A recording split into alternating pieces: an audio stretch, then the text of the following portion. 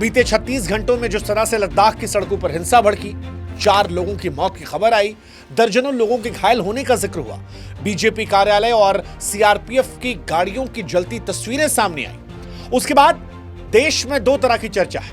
Right wing उन्हें विदेश से फंडिंग लेने वाला, देश में अराजकता फैलाने वाला, पाकिस्तान और चाइना का सपोर्टर कह रहा, तो इस देश का विपक्ष और सोनम के समर्थक ये कह रहे हैं कि जिस इंसान ने लद्दाख के बच्चों के लिए नए स्कूल के मॉडल गढ़े, जिसने ग्लेशियर पिघलने का समाधान खोजा, जो कहता रहा कि मां जैसी मेरी ये धरती है, आज सत्ता एक मुद्दे पर उसे राष्ट्रद्रोही घोषित करने पर तुली है। उसके पीछे ईडी और सीबीआई को लगा चुकी है।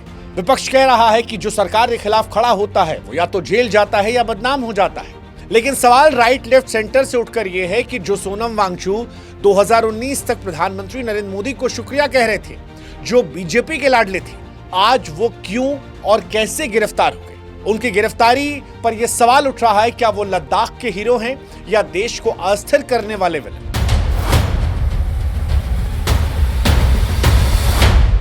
क्या उन्होंने वाकई में विदेश से पैसा लेकर भारत में नेपाल श्रीलंका जैसा दंगा करवाने की कोशिश की, या फिर सत्ता से लद्दाख के हक की लड़ाई लड़ने के लिए अब जेल का सफर तय किया है। सवाल यह भी कि वो लद्दाख जो हिमालय की गोद में बसा है, प्राचीन बौद्ध मठ जहां शांति का संदेश देते हैं, आज वहां क्यों, कैसे, किस लिए गाजा या मिडिल ईस्ट जैसी तस्वीरें निकल कर आ रही है। और आज इस वीडियो में बड़ी ईमानदारी से हम कोशिश करेंगे इन सारे सवालों का जवाब देने की। अब शुरू करते हैं लद्दाख की कहानी, क्योंकि लद्दाख शांति से लेकर हिंसा तक का सफर तय कर चुका है।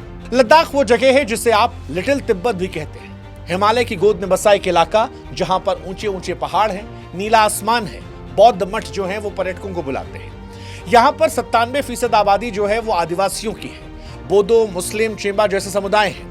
2019 से पहले ये इलाका जम्मू कश्मीर का हिस्सा था, जहां पर आर्टिकल 370 और 35 ने स्थानीय लोगों को जमीन और नौकरियों पर अधिकार दिए थे।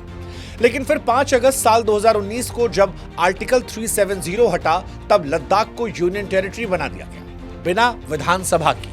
शुरू में लोगों ने इसका स्वागत किया।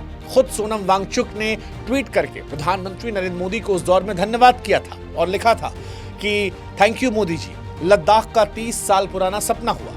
लेकिन फिर यह खुशी बहुत लंबी नहीं रह पाई। यूनियन टेरिटरी बनने के बाद स्थानीय लोगों का यह कहना था कि दिल्ली से दूरियां जो हैं वो बढ़ गई हैं। वादे बहुत सारे हुए, विकास के, नौकरियों के, पर्यावरण के संरक्षण के, लेकिन हकीकत उल्टी है।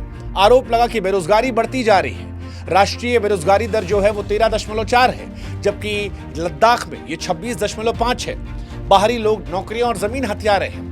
बड़े सोलर और विंड प्रोजेक्ट की बातें चरगाहों और चरवाहों की जिंदगी खतरे में डाल रही है। और इसी के बाद एलएबी और केडीए ने 2019 से शांतिपूर्ण मार्च, धरने और बातचीत की शुरुआत करी, लेकिन सरकार ने तब इन बातों को टाल दिया।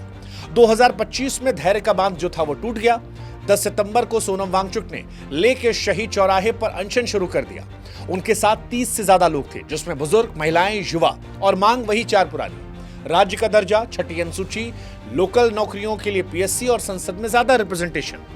अनशन के पहले 14 दिन शांत रहते हैं। 21 सितंबर को गृह मंत्रालय ने बातचीत की पेशकश भी की। हालांकि गृह मंत्रालय की तरफ से शर्त रखी गई कि राज्यता और छठी अनुसूची पर चर्चा नहीं की जाएगी। इसके बाद 23 सितंबर को 2 बुजुर्ग अनशनकारी, जिनकी उम्र 72 साल 62 साल थी, वो बेहोश हुए, अस्पताल ले जाया गया और यहीं से मामला गड़बड़ हो गया। ये खबर युवाओं में आग की तरह फैली। शांतिपूर्ण विरोध प्रदर्शन की जगह पर फिर हिंसक प्रदर्शन होने लगे। 24 तारीख को हिंसा का काला दिन आया, जहां पर एलएबी की यूथ विंग ने लेह में शटडाउन बुलाया, करगिल में केडीए ने समर्थन दिया और उसके बाद फिर बीजेपी कार्यालय, सीआरपीएफ की वैन, लेह हिल काउंसिल की इमारत में आग लगा दी गई। पुलिस ने आंसू गैस और गोलियां चलाई।